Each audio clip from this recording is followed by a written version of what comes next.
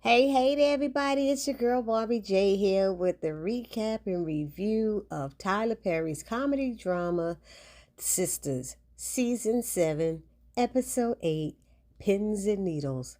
I guess that's what they were sticking in them, pins and needles in their body. Ew, disgusting. Anyway, before we get started, please do not forget to subscribe, like, comment, and share. So if you're new here or if you're returning here and you haven't subscribed yet, take a moment right now. It takes 2 seconds. Subscribe, like, comment, and share.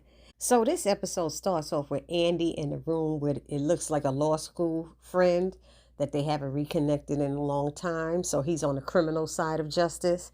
And she's talking about how she could have used a friend on the criminal side a long time ago. You know, they got to keep in touch. But he's giving her information about somebody saying, I don't know how or why you got mixed up with this dude, but he is a ticking time bomb in a pinstripe suit. And if I was you, my advice would be run far away from him. And she said, that's what I'm trying to do. And they making you think they talking about Jordan. And she said, I'm trying to get Gary out of my life forever. And I was like, hello, thank you. It's about time. So this guy is talking about how far he had to dig down in the DOJ, to look for if stuff about Gary. That's how dangerous he is. I mean, he was like, I guess the way he was saying is he was digging so far, like, I don't know, there might even be more because he got it hidden. It's so hidden in there what he's all about. And I'm like, oh my goodness. And then before he left, he said, oh, about that Jordan Williams things, it checks out. He had nothing to do with it, just another victim of dirty politics. And we knew this, but I don't know why Andy didn't. But I'm glad she finally used her brain, had somebody dig up on stuff on Gary, and realized that he's behind this whole thing with Jordan. So now Andy is thrilled to realize that Jordan was telling the truth and he had just been set up. So she's basking in all of that when Fatima comes knocking on her door, talking about she has a visitor. And who is it but a Miss Marie Willis, philanthropist, billionaire, mogul. And Marie Willis said, I'm sorry, and soon to be divorced, so drop the Willis. I said, go girl, go girl. And so she sits down and she's talking with Andy. Andy is speechless. She's sitting there because Andy knows who she is, but she can't even open her mouth. She's just saying, I am Andrea Bonds, And then we find out from Miss Willis that Jordan Williams mentioned her, her name. And so that's why she came to see her because he had nothing but wonderful things to say about her. And so Miss Marie Willis also told her that she can tell that Jordan was telling the truth. She knows when somebody's lying because she's been married to a liar so many years. I said, damn. That was funny. So she tells her that she doesn't want her husband to get 1 red cent from her money. So Andy's like confident. You came to the right place, I'm sure I'm very thorough. She's like, I'm not going to hire you yet. And she was like, oh, no. She said, no, I had to come see you for myself. And she told her to stay ready. And she said the reason she got to where she is by staying 3 steps ahead of these iggers. She's like, so she wanted to make sure that Andy had the ability to do the same. And Andy claims she does. So anyway, while they're in there talking, Hayden comes by wanting to know who's in the office with Andy, and Fatima's jocking and blocking him because he caught Fatima eavesdropping, and she wouldn't tell him at first, and then she told him it was Miss Marie Willis, and he's like, the billionaire? How did Andy land that? He's like, what?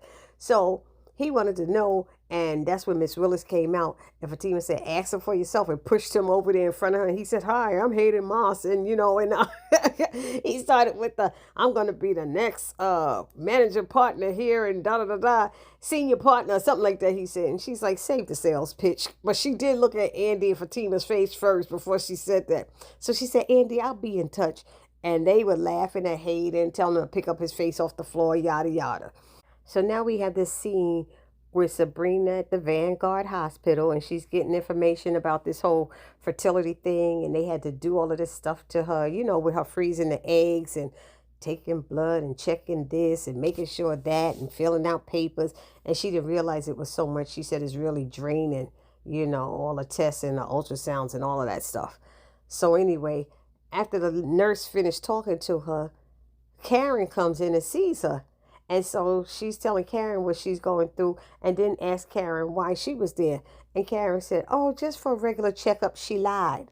She tried to hide it from Sabrina so she wouldn't know. But Sabrina said, you just had a checkup last week. So what's going on? And then she told her about the DNA test she's having with Zach.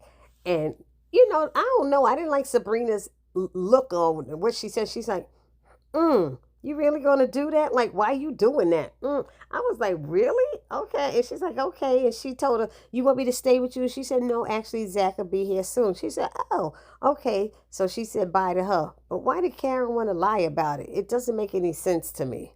And so now we have Hayden. He's come to meet Tamara. It looked like at a hotel room or something like that. And they have a little bit of small talk. She's like, why are you calling my cell phone, leaving these messages about this? And he's like, you want it. And she said, let's be clear about it. You wanted me from the first time you met me. That's why you're trying to say all this nasty stuff about me to Hayden. But you really wanted me, And he was like, whatever, we don't need Hayden to know about this kiss or anything like that or something like that. So let's cut to the chase. Next thing you know, they in bed. And while they in bed having sex, I see this flashing light on a pin.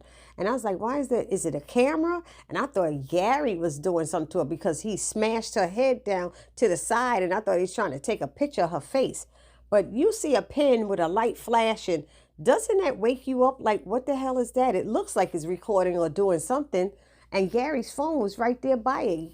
After he finished getting his off, he picked up his phone and said he was leaving and told her he'll text the horse emoji if he wants her. And she said, please, you always wanted me ever since Hayden brought me around.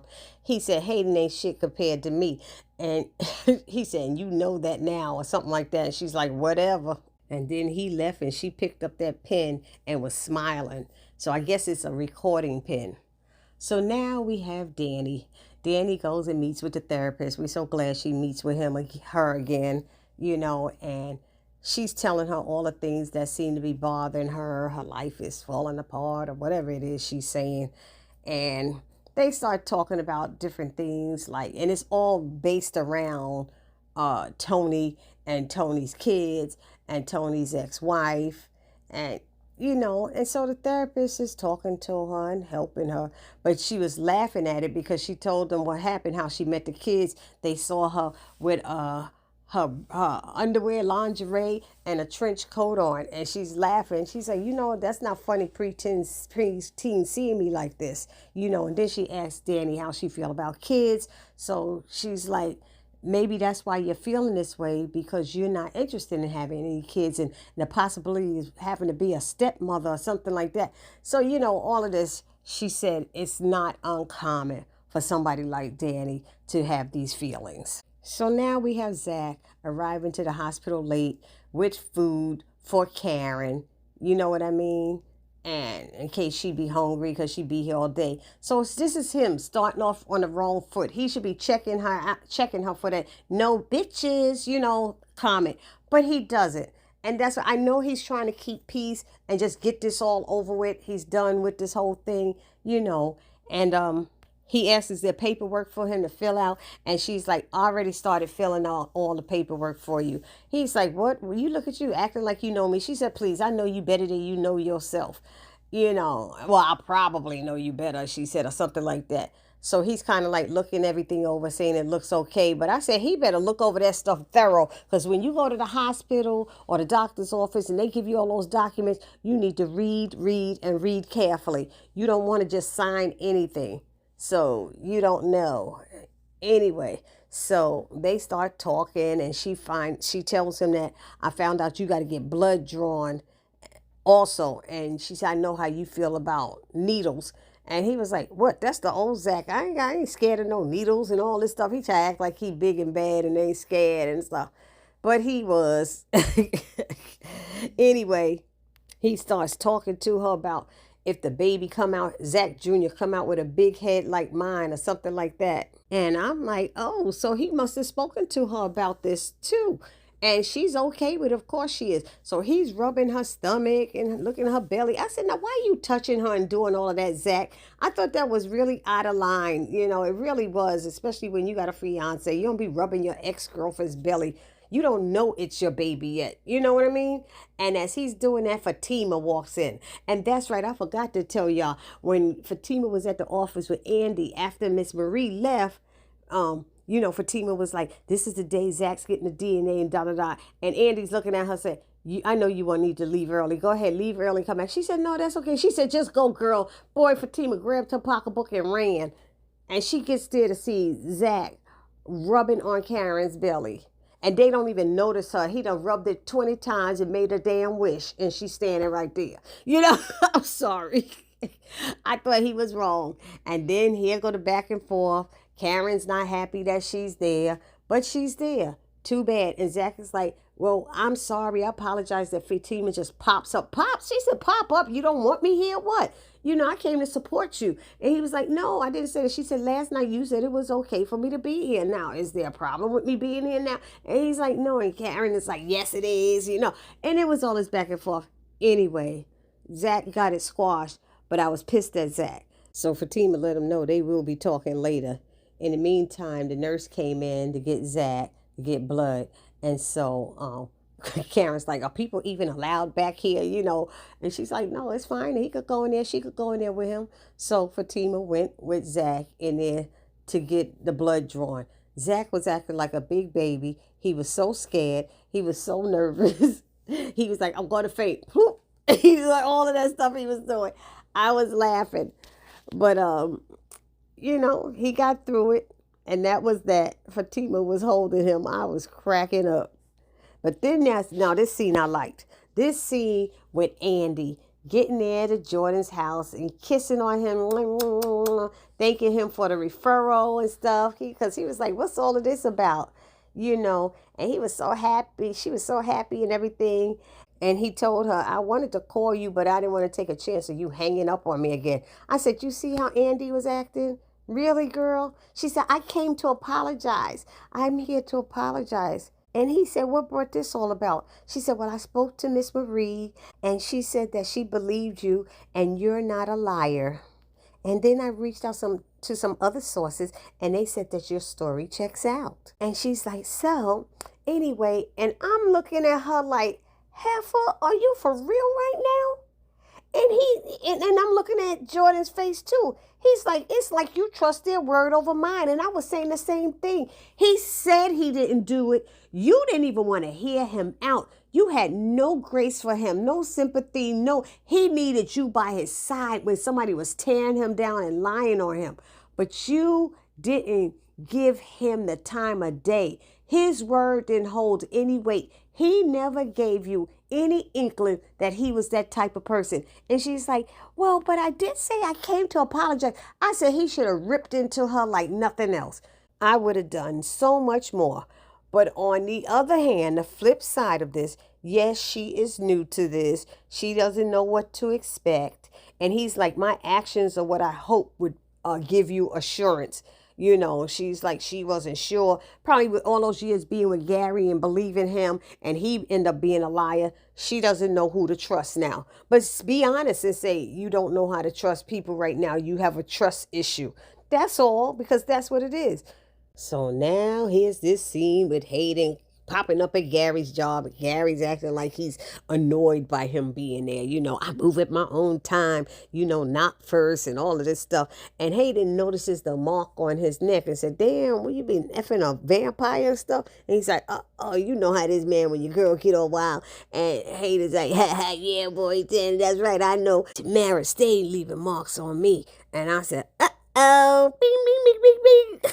I can't wait till Hayden finds out about Gary. So anyway, Hayden's telling Gary about Marie Ellis and how she was in Andy's office and blah, blah, blah. And he said, oh, well, I happen to know Marie Ellis. She used to, what was it? invest money with me or something like that. But what was funny is Hayden thought that Gary was tapping that. He's like, yeah, I know she's a little older, but oh, I don't put it past you, man. I said, oh my God. He said, nah, nothing like that. She used to invest money with me. He said, I think it's time for me and Miss Ellis to have a little chat and let her know exactly who she's getting involved with. I said, now what he gonna say negative about Andy? Gary need to roll it back and stop. And so now we have Andy calling Fatima, talking about what she's gonna confront Gary about his lying ASS and how he hired somebody to lie on Jordan and blah, blah, blah, blah. And I could ruin him with all this information I just read about him. And she was like, well, you don't need to be meeting with him alone. She said, no, I'm going to meet him at my house. He won't do anything crazy. She said, that's what all them dead hoes be saying on the Fatal Attraction shows. I said, Fatima crazy. She said, I'm coming to meet you and I'm going to bring my sneakers and my blade. She said, you think we need weapons? She said, better to have it than not. She said, you're right. Now, you know this is a new Andy because Andy before wouldn't have even thought about that. But how she acted like I'm going to confront his lying ass. Like, what are you going to do that's so tough? What are you really going to do, Andy? So now we got this next scene with Trey coming into the hair salon, talk to Pam for about a few minutes, asks Karen around. She's like, nah, she's not here right now. He's asking, did I say something to her? She was kind of cool to me before. Did I say something wrong? And she was like, I know what you want, Mr. Wannabe Boo Thing, or something like that. And he said, what might that be? And she said, what Lucky wanted in Poetic Justice? He said, what? She said, come closer. She goes, you want to smell my punani? I remember that scene that was Janet Jackson chewing the gum. You want to smell my punani? He was like, yo, you wildin', Pam. And he left. He said, you tripping, and walked out. And then the phone rings, and who is it? Ring-a-ling-a-ling, ling-a-ling-ling, ring-a-ling-a-ling. And it's Aaron saying, what's up to Pam? I said, what? And she's like, you looking for Karen? He's like, nah, I know she don't want to hear from me. But he said, I figure I could call you and you could tell me if she's okay or not. At least let me know. And she said, she's doing all right. I'm going to make sure my girl is well taken care of. And he's like, I'm glad, But she did say she was glad he called too. And she said, I'm going to need to talk to you because I'm looking for an investor. I guess for her roots to riches, formula. And that's good because if Aaron will invest in it, at least Aaron will make sure it's up to date and up to code and check it and all of that stuff. Because I really don't think Pam did. And now we have this unnecessary scene with, what's her name? Danny and Sabrina drinking wine, talking about her appointment at the hospital and running into Karen, who's getting a DNA test for the baby. And Danny's like, finally, because I'm so sick of this baby mama drama or something like that. And, and she said, and she's shady now because the only reason we know about this is because you ran into her. She could have told us ahead of time and she didn't, And Sabrina said, maybe we're growing apart. And she said, no, we grown together. We died together. Something like that, she was saying. So then Sabrina asked her how things went with the therapist. And she wasn't trying to share nothing, And Sabrina also asked about doing a double dating again. We need to get back to the beginning, how things were, because Danny was talking about healing is hard. And she said, Sabrina said, especially since you're a stepmom, she's like, you better not say that word no more, So like she said, maybe we could double date or whatever. And Danny never seems like she wants to do that. Danny was not feeling it with Rich and her. But at first she said, I don't feel like meeting up with Jordan. But she said, I wasn't talking about Jordan. I just said me, you, Tony, and Rich, because Danny's still thinking there's something up with Jordan, but they'll find out, I guess, sooner or later that it was Gary who's behind that. But you know what, y'all? I'm in the middle. I know I'm talking about them right now, but I have a question. What happened to Michael while Zach and Fatima were at the doctors at the hospital? Who was watching Michael? Oh my God, I guess they're going to say they got a babysitter for him. Maybe that's what they're going to say. But they don't even mention it because she was at work and he was sitting there going, maybe that's why he said, when Karen first told him 12 noon, Zach wasn't sure about it, so that might be why. So now we have Gary coming off the elevator to at the penthouse talking about, you just couldn't stay away from me. And Fatima came around the corner and he said, oh my God. And she said, yeah, it ain't that type of party. And he said, what is she doing here? And she said, F around and find out. I said, uh-oh. And Andy's like, I got this, Fatima. She's like, okay, me and my bag will be right over here. So basically, all Andy did was tell him to stay away from her, stay away from Jordan, stop following her and all of this stuff. She knows what he did, that he paid somebody off to lie on him. He said, I don't know what you think you know or what proof you got, but that can't trace back to me. She said, it can. I have the proof. And she said, and I'm sure the FBI would like to know some more stuff about you because I got a lot of stuff on you. So you need to leave me alone, Jordan alone, and Penelope. Leave Penelope out of your BS too. And he said, well, that's my business. And Andy said something about Jordan being bigger and better or something like that. And he's like, he got my sloppy leftover, something like that. And Fatima's like, this bag is very heavy. And Gary just made a face and shut his mouth. But I was shocked when Andy said, I will ruin my life and your life before I'll let you ruin Jordan's. I said, what? Not Andy, self-absorbed Andy said that. Yes, she did, y'all. So Andy told him to get out of my house. And he said, you mean my house? And don't you forget it. And Fatima jumped up and said, get the F out, Gary. Get out. And he just got on the elevator smirking and smiling and backed in and left. And then she asked Andy, is she okay? And Andy said, yeah. And Fatima threw the bag up on the counter. And she's like, Dag, that's heavy. What's in there? Fatima said, bet if you don't know. And she's like, okay.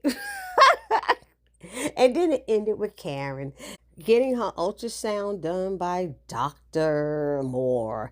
Well, she's going to get the DNA test. You know, they got to put that needle in there. She pulled out that needle. I said, damn, it looked like it was the size of a ruler, a 12-inch ruler or bigger. She was like, damn, I would have been up there. We going to wait till these babies come. I'm sorry, you ain't sticking that in me.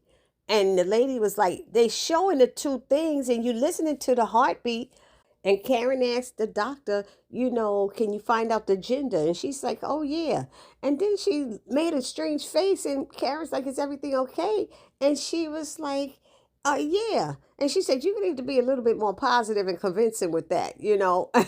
And she said, I know. They said, when was your last ultrasound or first ultrasound? She said 7 weeks. And they said they listened to the heartbeat then and said it has some complications. So the doctor's saying she don't want to alarm her. She said, well, you're alarming me. What's going on? She said, you're having twins. And she's like, twins? How can that be? Shouldn't they have caught that? And she said, congratulations, twins are a blessing. Did you see how she brushed over that? She did not check and say, I don't know how we missed this or anything. You know, that's how doctors do. Somebody done messed up. I'm mother freaking 5-6 months right now. And I got twins and nobody noticed that? Y'all always let me hear one heartbeat? But then she said, oh, wait a minute. The twins are in 2 sacks. And she was like, what does that mean? We're going to have to test both. That means they got to stick that needle into her 2 different times. I would have been up there. Oh, the blood of Jesus. No, we are not doing this. I don't do needles. Jesus, help me. I felt so bad for Karen right there with all the attitude and everything she gives. I felt her pain. Zach and them would have had to wait until them babies was born. I'm sorry. That would have been that. End of story. So that's how the episode ended. Y'all let me know what y'all thought about it down in the comment section. And I will see you all in the next video. It's your girl, Barbie J, saying please don't forget to subscribe, like, comment, and share. Peace.